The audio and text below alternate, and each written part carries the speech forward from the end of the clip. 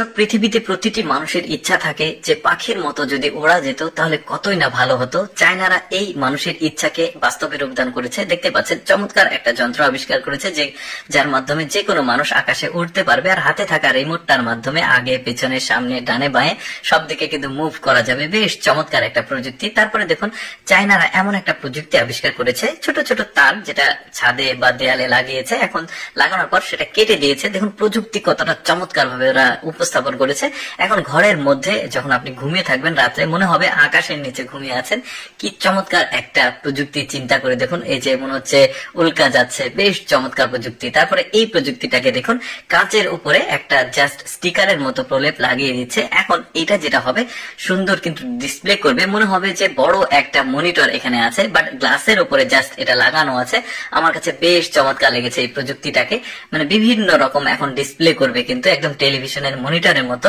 যেমন এইটা দেখুন, এটাও একটা ওই রকম স্টিকার, জাস্ট গ্লাসের উপরে লাগিয়ে দিবে। লাগিয়ে দিলে যেমন দোকান পাট আছে, শপিং মল আছে, এই সামনে যে গ্লাস গুলো থাকে ওই গ্লাসে এই স্টিকার প্রলেপটা লাগালে টেলিভিশনের মতো ডিসপ্লে দিবে। বেশ চমৎকার লাগছে। চিন্তা করে দেখুন তাদের প্রযুক্তি কতটা সামনে এগিয়ে গেছে।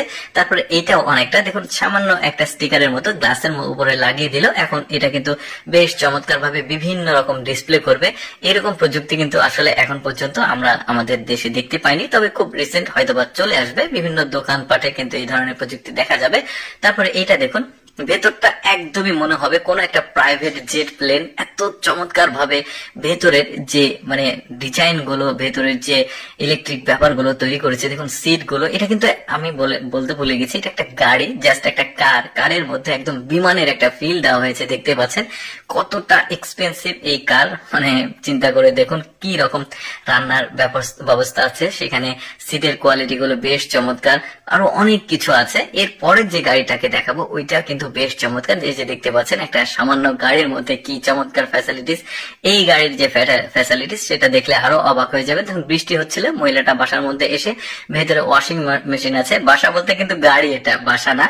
তারপরে এখানে মিরর আছে, এখানে হাই কমোড ওয়াশরুম আছে। একটা গাড়ির মধ্যে কি ধরনের ফ্যাসিলিটিস, একটা বিলাসবহুল বাড়িতে যে ফ্যাসিলিটিস গুলো থাকে সেই সুযোগ সুবিধা কিন্তু গাড়ির মধ্যে আছে। এখানে বেসিন আছে, এখানে চুলা আছে, রান্না করার এসি আছে, ওয়াশিং মেশিন আছে, মানে ফ্রিজ আছে, হাই কমোড ওয়াশরুম আছে। দেখুন কি চমৎকার জানালা।